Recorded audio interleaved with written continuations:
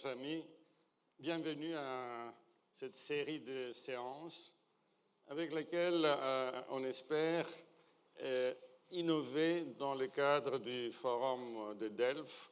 Et nous sommes très reconnaissants au Forum de Delft et à Simeon Tsomokos de nous avoir donné l'espace et la possibilité pour cette, je dirais, expérimentation dans le cadre du Forum de Delft.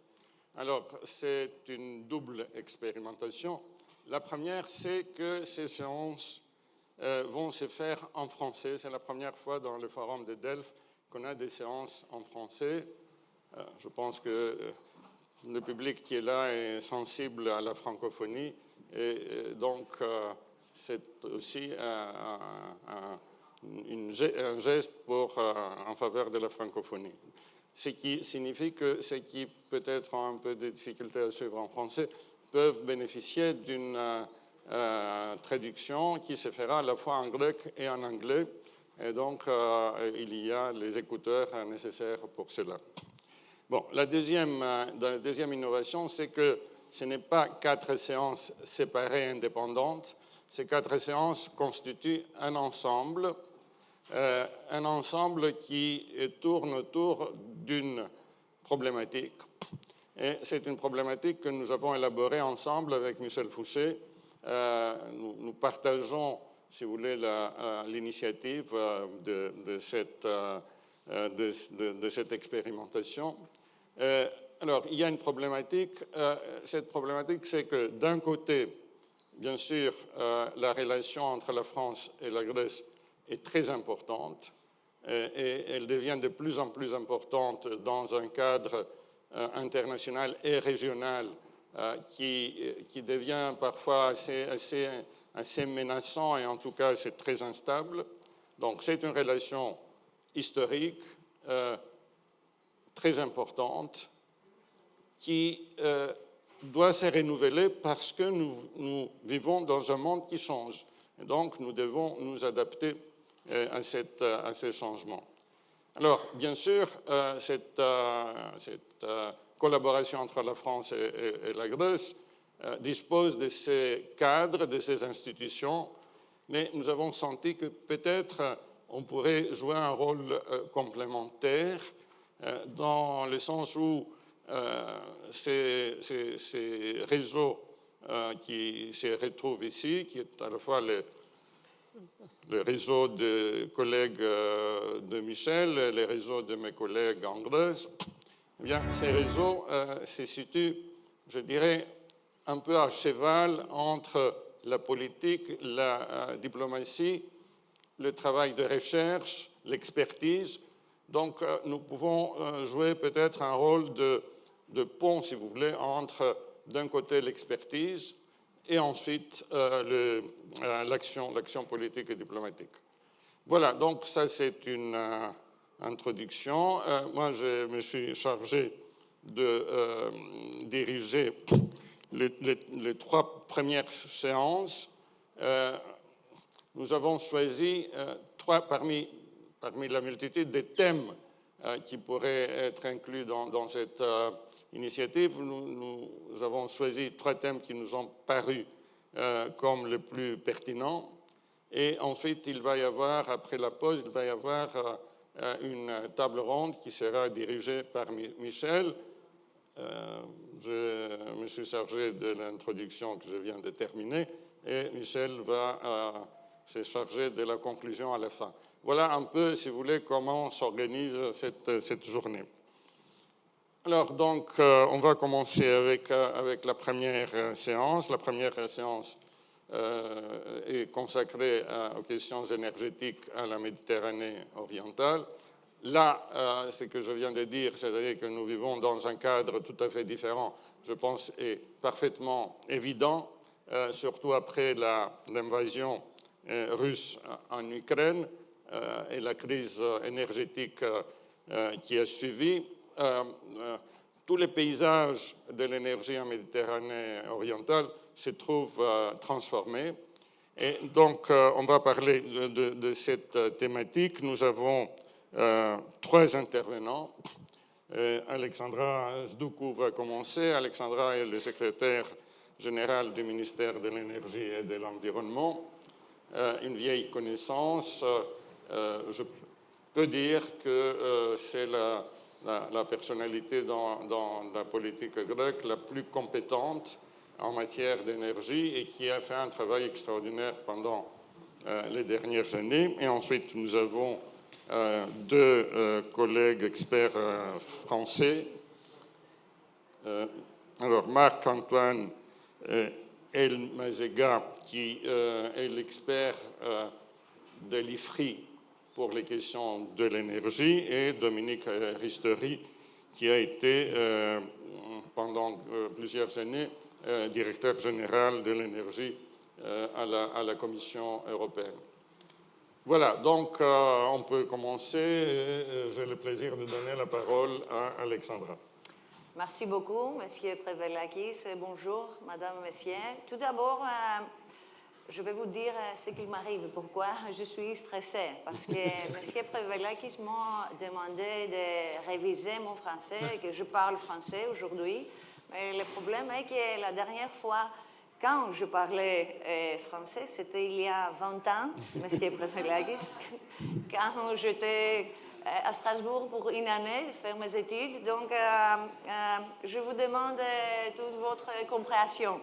Alors, je vais commencer à dire que France, c'est un pays qui entretient des liens historiques étroits avec la Grèce. Et ces liens, au cours de 4 ans, des 4 dernières années, que ces gouvernements sont plus forts que jamais. Et ça, c'est parce que les deux hommes, Premier ministre M. Mitsotakis, Président Macron, je pense qu'ils ont établi un partenariat stratégique dans le domaine de la politique étrangère et aussi de la défense.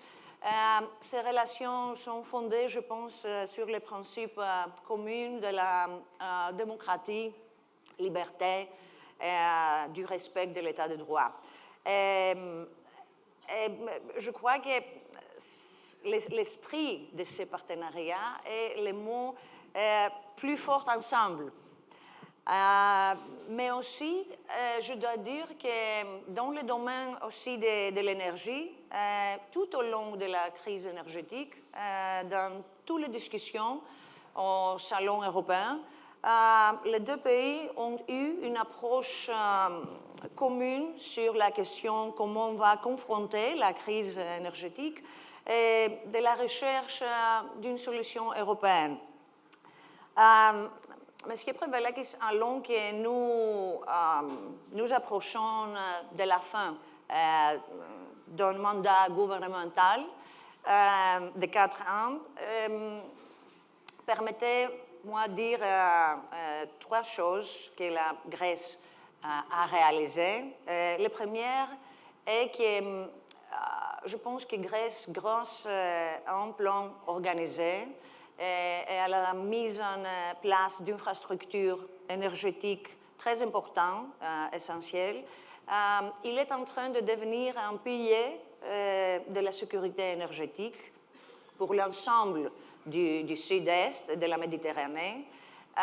C'est pourquoi maintenant elle offre des sources alternatives en énergie, exactement à un moment qui est très, très critique.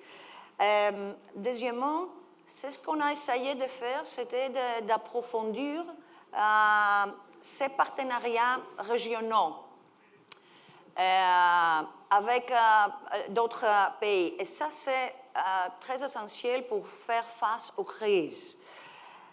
Troisièmement, je pense que la Grèce avait disposé un plan très clair et très solide pour un développement qu'on rêve qui est vert et durable. Et ce plan, on met rigoureusement en œuvre pendant ces 4 ans. On a un plan national de l'énergie et du climat avec des objectifs très ambitieux pour les sources d'énergie renouvelable, pour l'efficacité énergétique, pour l'électrification des transports. Des objectifs qui ont souvent dépassé l'ambition quelquefois des autres pays européens. Donc, on place la Grèce, je pense, à la pointe de la lutte contre le changement climatique. Et ces objectifs, maintenant, on est en train de réviser, accélérant de manière significative la course de ces transitions énergétiques. Mais atteindre ces objectifs nécessite un ciblage très sérieux. Je crois que nous avons prouvé pendant cette année que ça, c'était le cas avec les politiques que nous avons menées cette année en matière d'énergie renouvelable, comme je dis, d'économie d'énergie. Mais au-delà de cela, ces objectifs ambitieux, qu'est-ce qu'on a besoin? On a besoin des ressources importantes pour les atteindre. Et à cet égard, je pense que Grèce est à une très bonne position parce que l'intérêt des investisseurs pour ces investissements dans le secteur de l'énergie en Grèce est très fort. Il y a beaucoup d'entreprises françaises du secteur de l'énergie qui sont présentes en Grèce et qui peuvent peut-être confirmer mon observation. Donc, les capitaux privés sont là, ils sont disponibles. Mais ce qui fait aussi une différence significative, ce sont les ressources publiques qu'on a. Ces ressources vont mobiliser les ressources privées pour lancer les investissements importants qui sont nécessaires à ce moment. On a estimé ces investissements en Grèce à 44 milliards d'euros jusqu'à 2030 sur les bases des objectifs qu'on a avec le plan national. Et bien sûr, ces montants vont dépasser les 44 milliards parce qu'il faut maintenant être conforme avec le Fit for 55 package or the Repower EU. Donc, sous la supervision du ministère de l'Environnement, on a 44 projets qui sont réformes, mais aussi investissements, vraiment, avec un budget 8,6 milliards d'euros. Et à peu près 4,5 milliards d'euros viennent de Recovery Fund. Je peux citer à titre indicatif, par exemple, le programme d'interconnexion électrique des îles. C'est un budget de 5 milliards sur 10 ans. Vous savez, en Grèce, la production d'électricité sur les îles coûte entre 2,5 jusqu'à 27 fois plus que la production sur le territoire. Encore au cours de ces 4 ans, nous avons beaucoup travaillé sur la réduction de la bureaucratie liée à l'obtention des permis pour les projets d'énergie renouvelable. Alors, on a essayé de simplifier et de numériser les procédures. Et nous avons l'objectif de réduire le temps de 7 ans que c'était avant à 2 ans. 2 ans. Nous sommes intéressés aussi par les investissements dans les projets d'énergie renouvelable, de stockage, c'est ça? OK, des parcs éoliens en mer. Nous avons engagé 450 millions de RRF pour les projets de batteries. Et avant-hier, on a mis en consultation publique les détails pour les prochaines offres, appels d'offres que nous lançons pour donner une aide d'investissement pour ces projets. Alors, c'est un nouveau marché pour la Grèce. Il faut aussi dire que de 2019, la Grèce a fait beaucoup de travail pour cette transition énergétique, en faire des sources d'énergie renouvelable. L'objectif de pénétration de l'énergie renouvelable est d'atteindre 80%. 80, oui, de renouvelables dans la production d'électricité. En ce moment, 2021, on avait 1,2 gigawatts de nouvelles installations éoliennes et photovoltaïques. Les prévisions pour 2023, c'était encore 2 gigawatts.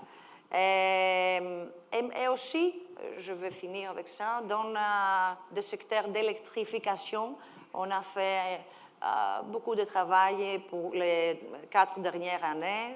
Je crois que comme il s'agit d'un nouveau marché, en Grèce, il existe d'importantes opportunités d'investissement avec des programmes qui vont aider des nouveaux investissements pour avoir des voitures électriques, des points pour charger et tout ça. Donc, c'est ce que je veux dire. Je finis avec ça. Je pense que cet intérêt que je vous avais dit se fonde dans un secteur, dans un certain nombre de facteurs observés au cours de ces dernières années. Première, c'est un environnement en Grèce d'investissement qui est stable et sûr. Deuxièmement, une volonté politique claire. On veut faire des réformes, on veut accélérer la simplification des procédures administratives. Un potentiel, bien sûr, au projet énergétique très grand. Et finalement, le haut niveau que Grèce a, en ce qui concerne des gens qui ont l'expertise, je crois que ça c'est très important parce que les entreprises françaises peuvent trouver en Grèce une expertise importante. Et l'énergie en général, je pense que ça va être à l'avenir l'un des facteurs clés du développement et du changement du modèle de production de notre pays. Merci.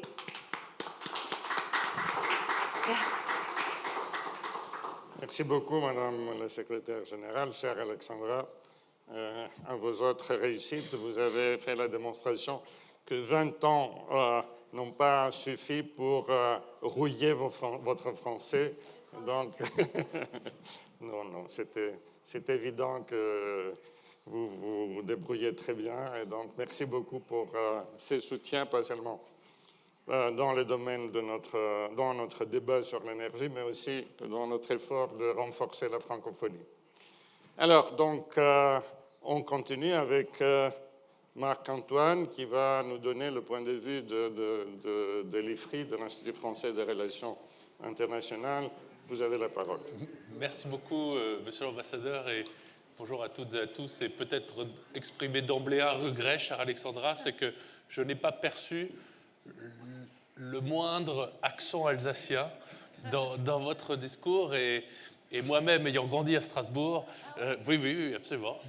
Donc je le regrette un tout petit peu. Pardon ? Non, j'ai pas fait le droit. Non, j'étais au lycée à Strasbourg, au lycée des Pontonniers, donc pas très loin de la fac de droit. Tout à fait. Je suis très heureuse. Oui, voilà.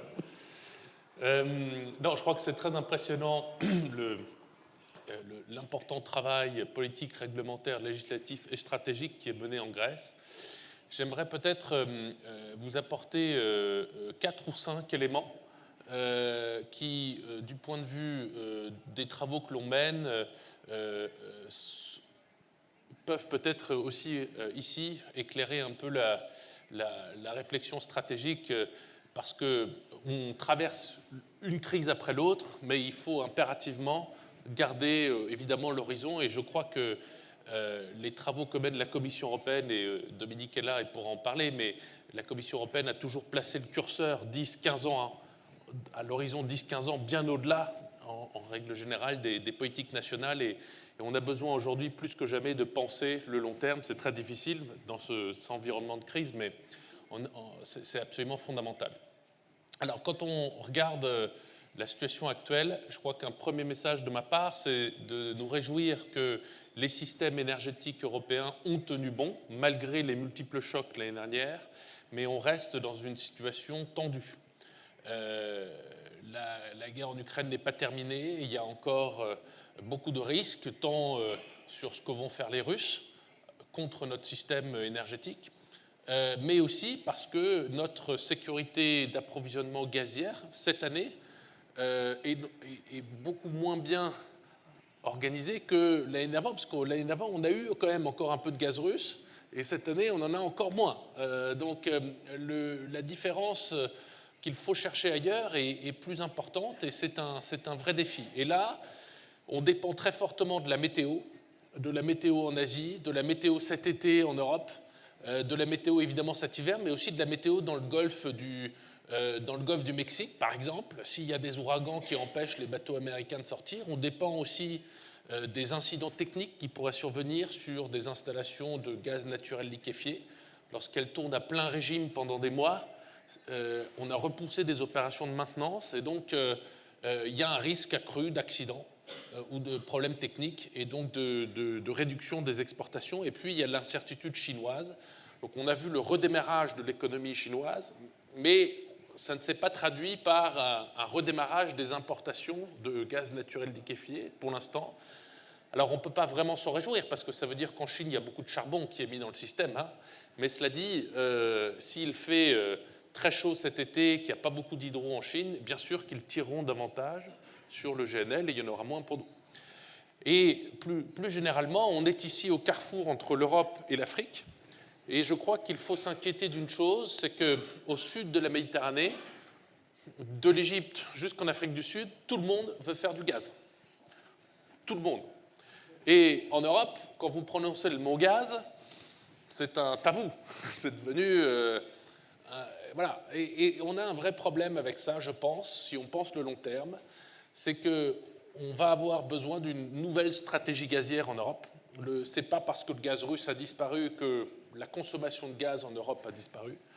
On ne peut pas dépendre d'achats GNL spot pendant encore 15 ans. C'est un risque majeur, même si là, on va avoir les prix qui baissent, mais on va dire à partir de 2025. Mais c'est un risque, et il faut réfléchir à comment est-ce que nous allons organiser nos importations de gaz naturel liquéfié et puis de gaz par pipe pour d'autres pays dans la durée, parce qu'on ne va pas sortir du gaz comme ça. Le gaz va rester très important, et c'est un enjeu majeur pour la compétitivité de nos économies.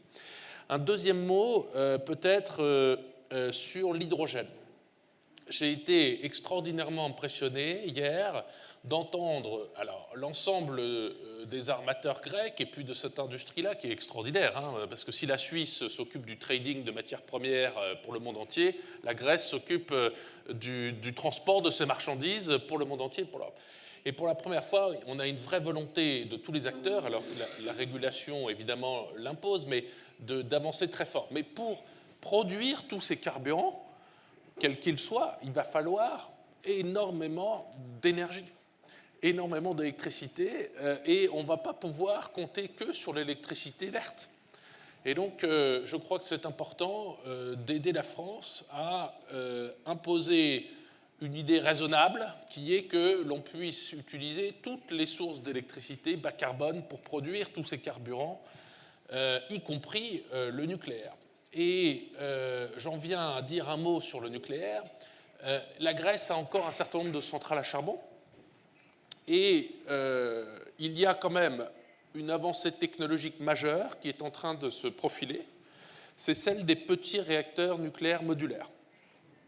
Et je crois que ça, c'est un game changer potentiel immense, parce que, en réalité, ils vont pouvoir venir être installés à la place des centrales à charbon, sur les mêmes sites, en utilisant les mêmes lignes électriques. Donc vous n'avez pas besoin de construire des nouvelles lignes. Et généralement, là où il y a des centrales à charbon, il y a des industries autour, il y a des grands bassins urbains. Et donc, ces technologies-là qui arrivent dans les 4-5 ans vont pouvoir, à mon avis, aider à franchir une étape majeure de décarbonation et puis surtout à assurer la production de chaleur, parce que dans nos systèmes énergétiques, on n'a pas juste besoin d'électricité. En fait, on a besoin de beaucoup de chaleur, évidemment. Et donc, on va pouvoir faire les deux, et puis on va pouvoir aussi faire avec non seulement de la chaleur pour l'industrie, mais aussi du coup de l'hydrogène à haute température. Et je crois que là, un pays comme la Grèce, je suis très intéressé de voir que votre voisin de l'autre côté, l'Italie, s'y intéresse aussi. Pourquoi ? Parce que, en réalité, c'est très important de pousser aussi fort, aussi loin que possible les énergies renouvelables, mais les énergies renouvelables dans un bouquet ne peuvent pas tout faire. Et ces technologies-là peuvent justement permettre d'apporter des solutions pour les concentrations urbaines, pour les industries et d'ailleurs aussi potentiellement pour les îles. Je crois que la France s'est placée, s'est positionnée sur cette industrie-là avec le projet New World, dont on aura le premier projet pilote à l'horizon 2030-2032. Bien sûr, les États-Unis sont positionnés, le Canada aussi, les Britanniques aussi, mais je pense que c'est une technologie qu'il faut regarder de près, et c'est très intéressant de voir qu'un certain nombre de pays en Europe qui, pour l'instant, ne regardaient pas trop ou n'avaient pas de centrales nucléaires, eh bien, regardent cela avec un intérêt accru. Et puis, peut-être un dernier mot sur, et vous l'avez mentionné, je crois que c'est absolument essentiel, on vit une accélération de tous les préparatifs et de déploiement technologique. Par exemple, le stockage d'électricité, c'était un enjeu que l'on voyait à l'horizon 2025-2030. En fait, vous êtes déjà en train de travailler dessus, avec des gros appels d'offres sur les batteries, etc. Et ça, c'est fondamental. Et évidemment, plus on met d'énergie renouvelable, plus il faut ces solutions de stockage de court terme pour le système électrique. Et là, je crois que pareil, une belle opportunité de coopération, parce qu'il y a aussi des opportunités dans l'hydroélectricité, dans les steppes. On peut toujours améliorer ces performances-là. Ça a été un peu oublié, sous-estimé, y compris en France. Mais on peut encore faire sans doute beaucoup de choses là. Sur les supply chains, je crois que c'est fondamental aussi de bien comprendre, qu'on en discutait avec Dominique hier, l'enjeu, ce n'est pas d'obtenir des appels d'offres avec le prix de l'électricité produite par des éoliennes ou par des grands parcs photovoltaïques la plus basse possible. L'enjeu, c'est de s'assurer que les composants de ces chaînes de valeur soient fabriqués chez nous. Parce que sinon, on va importer la plupart des équipements et des composants de la transition énergétique de l'étranger, et au détriment de nos emplois et puis de la sécurité finalement économique de nos économies. Alors voilà, je vais m'arrêter là, mais je ne peux pas m'empêcher quand même de vous dire une chose, c'est que on voit bien qu'il faut construire davantage de ponts à travers la Méditerranée vers nos voisins d'Afrique du Nord. Et je crois qu'il faut se réjouir là, de ce projet de câble Israël, Crète, Grèce. Ça, c'est un premier pas, un câble à courant continu. Mais il y en a beaucoup d'autres qu'il va falloir concevoir. Le potentiel, évidemment, est immense. Et les défis au sud de la Méditerranée sont majeurs pour décarboner les grandes villes, pour stabiliser leurs économies. Je pense à la Tunisie, par exemple. Et là, plus on fait d'initiatives ensemble, mieux on se portera. Merci beaucoup. Merci beaucoup, Marc-Antoine. Je fais un véritable panorama de possibilités avec aussi une perspective à long terme, mais aussi avec le court terme qui peut-être s'annonce un peu menaçant pour l'année prochaine. Nous avons profité cette année de la météo qui était favorable et aussi du fait que la Chine n'a pas consommé trop d'énergie. Bien sûr, la question qui se pose pour l'année prochaine, c'est est-ce qu'on aura la même météo et qu'est-ce qui va passer si la machine chinoise se met à nouveau en marche. Donc nous avons des défis, mais en effet, on doit penser en même temps à l'avenir, c'est très important. Je vous remercie aussi d'avoir souligné le rôle de la marine marchande grecque. À Delphes, ils sont très présents. Les débats sur la marine marchande est très présent. Je pense que vous avez assisté un peu. Hier, c'était très, très intéressant. Et sans doute, c'est un apport très important, je dirais, du monde grec, parce que ce n'est pas l'État dans ces cas, à la fois dans la globalisation, la mondialisation en général, mais en particulier, bien sûr, en matière d'énergie, la marine marchande européenne est extrêmement importante et c'est quelque chose qu'on est... Et dans cette marine marchande, la partie grecque est la principale composante avec 60%. Et c'est quelque chose, je pense, qu'on doit prendre en considération dans nos débats. On aurait peut-être dû avoir aussi un expert de la marine marchande dans notre débat, mais j'espère qu'on va continuer ces discussions. Alors, je passe au dernier intervenant. Dominique Eristeuri, qui va nous faire bénéficier de son expérience très centrale dans la Commission européenne. Voilà, vous avez la parole. Merci, Monsieur le Président. Je voudrais d'abord commenter les propos de la secrétaire générale et aussi de Marc-Antoine sur l'aspect renouvelable et nouvelles énergies, bas carbone. Ensuite, sur le volet gaz et l'importance du gaz comme énergie de transition,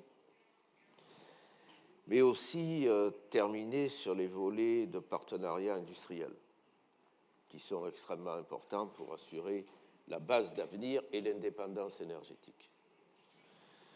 D'abord, sur le volet renouvelable, je salue tout ce qui a été fait en Grèce. Et comme vous l'avez dit, je pense que nous avons un espace de développement franco-grec extrêmement important. Je ne reviens pas sur les acquis, et notamment le remarquable pourcentage d'électricité produite à partir de renouvelables, d'ores et déjà en Grèce, très important. Mais au-delà de cela, il faut moderniser plus le réseau. En transition énergétique, on ne peut pas assurer la sécurité si, à côté de la production, on n'a pas tous les moyens de transport, d'une part, et de distribution, d'autre part. Donc, il faut penser au high voltage, si vous voulez, comme au medium ou low voltage. C'est extrêmement important. D'autant que le marché va garder une part très centralisée pour alimenter les grandes villes, pour alimenter les grandes industries, mais aura aussi une part de décentralisation. Et la Grèce pousse le développement de communautés de l'énergie, mais aussi la pratique que nous avons esquissée du producteur-consommateur. Ça nécessite des niveaux et des nombres de raccordements extrêmement importants. Là où nous étions à quelques dizaines ou centaines, nous passons à des milliers de raccordements. Ce qui veut dire que si le réseau n'est pas là où il doit être en termes de performance, ça bloque tout un volet de la transition énergétique.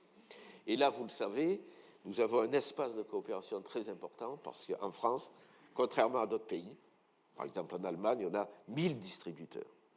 En France, on en a un. Et les 10 qui a développé aussi, deuxième point important, sur lequel la Grèce pourrait aussi progresser de manière plus performante, c'est tout le volet de smart meters, de compteurs intelligents. On ne peut pratiquer l'efficacité énergétique que si on a la commande complète de sa consommation. Et ça passe par l'installation rapide, la pénétration, le déploiement de compteurs intelligents.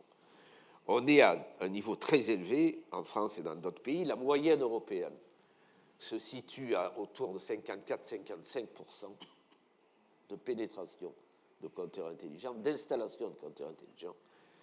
En Grèce, vous n'êtes qu'au début. Vous n'êtes qu'à 3 ou 4%. Donc vous avez un espace extrêmement important où la coopération franco-grecque peut, à mon avis, se développer dans les meilleures conditions. Et vous avez déjà des contacts établis entre vos distributeurs et les distributeurs français. Donc c'est un espace qu'il faut poursuivre. De la même manière, sur les renouvelables, nous avions, Commission européenne, lancé, vous le savez, l'initiative en 2017 sur l'énergie propre dans les îles. Vous avez rappelé à juste titre ce qui est en train d'être fait pour l'interconnexion dans les îles, pour mettre fin à 32 systèmes isolés dont vous avez souligné le coût, extrêmement important. Et donc, il faut accélérer l'interconnexion dans les îles et le passage à des énergies propres. Les îles fonctionnent avec du diesel, avec du pétrole lourd. Ce n'est pas possible de continuer comme ça. Et, en plus, la Grèce, c'est une sorte d'Eldorado de l'éolien. Vous avez une force du vent, une régularité du vent qui fait que le développement de l'éolien chez vous doit conduire à des volumes et des temps de production très supérieurs à ceux qu'ils sont ailleurs. Dans les Cyclades, je suis marin, moi également, à l'origine, comme d'autres ici dans la salle, et donc vous avez des forces 8, des forces 9, parfois des forces 10, des vents extrêmement puissants. Par conséquent, au-delà des résultats, encore une fois, tout à fait excellents que vous avez déjà enregistrés. Oui, vous avez raison, mais vous le savez aussi, la plus grande difficulté pour l'éolien, c'est l'éolien terrestre en termes d'acceptation. Ah oui. Or, vous avez chez vous la possibilité de développer aussi l'éolien offshore. L'éolien offshore. Et le compléter par toutes les techniques dont nous disposons en Europe. Marc-Antoine a tiré aussi l'attention sur la nécessité de ne pas être dépendant pour ce type aussi d'énergie de composants venant d'Asie ou de Chine exclusivement. On peut accepter un certain niveau d'importation, mais pas excessif. Et nous avons encore en Europe le leadership pour les turbines, des grosses éoliennes, mais on doit aussi, et on est en train de le faire, progresser sur tout ce qui touche les pales, un produit très avancé du type thermoplastique. Donc c'est extrêmement important.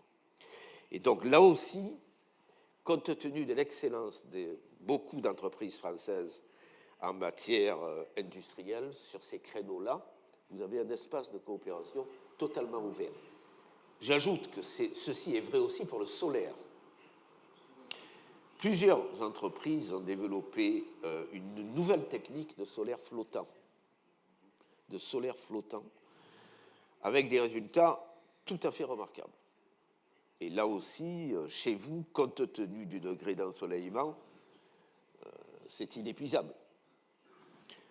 Par ailleurs, je reste convaincu qu'en faisant cela, nous allons aussi quasi automatiquement augmenter notre souveraineté énergétique, ce qui est extrêmement important. Et je passe maintenant sur le volet gaz.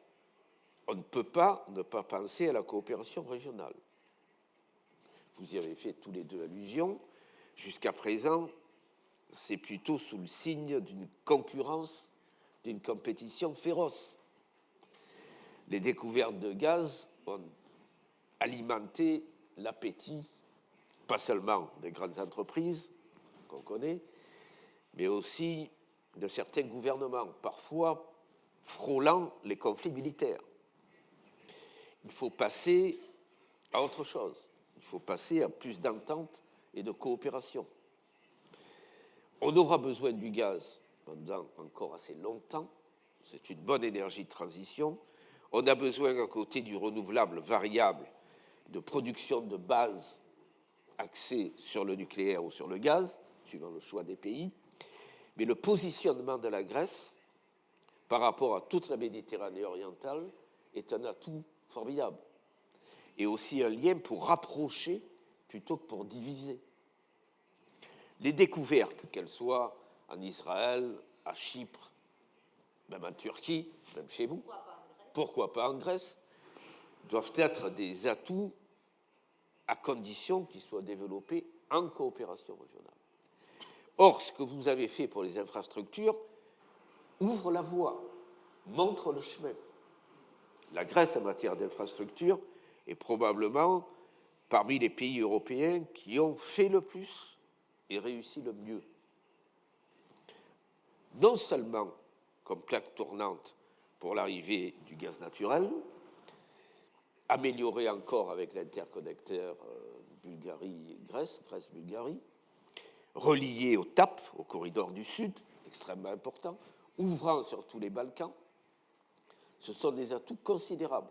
Mais en même temps, le fait de vous être doté, et la Commission l'avait suggéré, puisque nous avions suggéré in tempore non suspecto, donc bien avant le conflit entre la Russie et l'Ukraine, une nouvelle politique du gaz naturel liquéfié.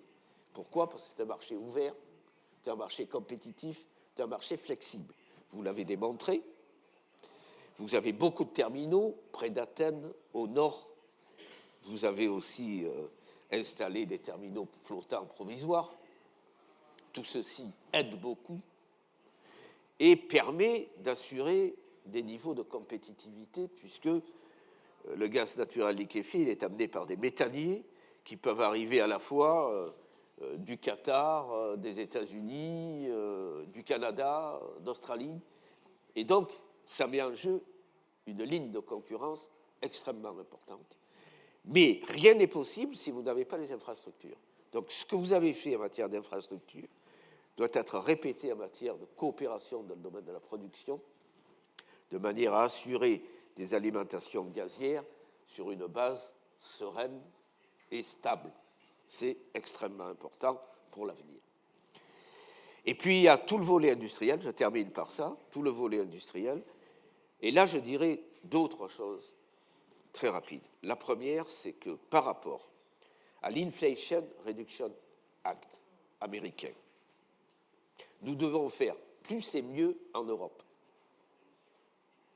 Il est clair que le Green Deal Industrial Plan, le plan industriel du pacte vert, comme le Net Zero Industrial Act, ne sont pas dotés d'éléments financiers à la hauteur. Les Américains ont mis sur la table 369 milliards de dollars pour des subventions qui iront à tous les secteurs de l'énergie verte, y compris d'ailleurs au SMR, nucléaire modulable, mais y compris à l'hydrogène. Or, nous ne pouvons pas poursuivre avec uniquement des crédits qui seront les crédits non utilisés du plan de relance européenne ou du REPower. C'est insuffisant. Et donc, il faut préparer, dans la perspective des nouvelles élections européennes, dans la perspective du nouveau mandat de la Commission, un consensus.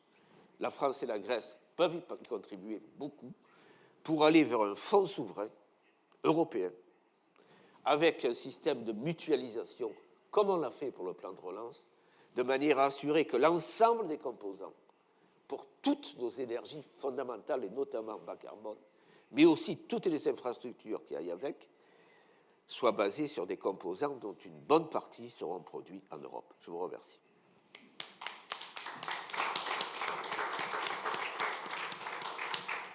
Merci beaucoup. On n'a évidemment pas le temps de conclure ou de faire une synthèse. Je pense que le débat a montré l'intérêt de ces dialogues, de la thématique de l'énergie et de l'intérêt de ces dialogues. Je retiens d'un côté la possibilité d'une étroite collaboration entre la France et la Grèce dans le cadre européen. Absolument. Et ensuite, c'est quelque chose auquel nous sommes très sensibles, l'importance de la mer, l'importance de l'archipel. La mer devient à nouveau un élément extraordinaire pour tous les aspects, pour les aspects énergétiques et pour les aspects géopolitiques. Ce sera le thème de la séance suivante. Merci beaucoup.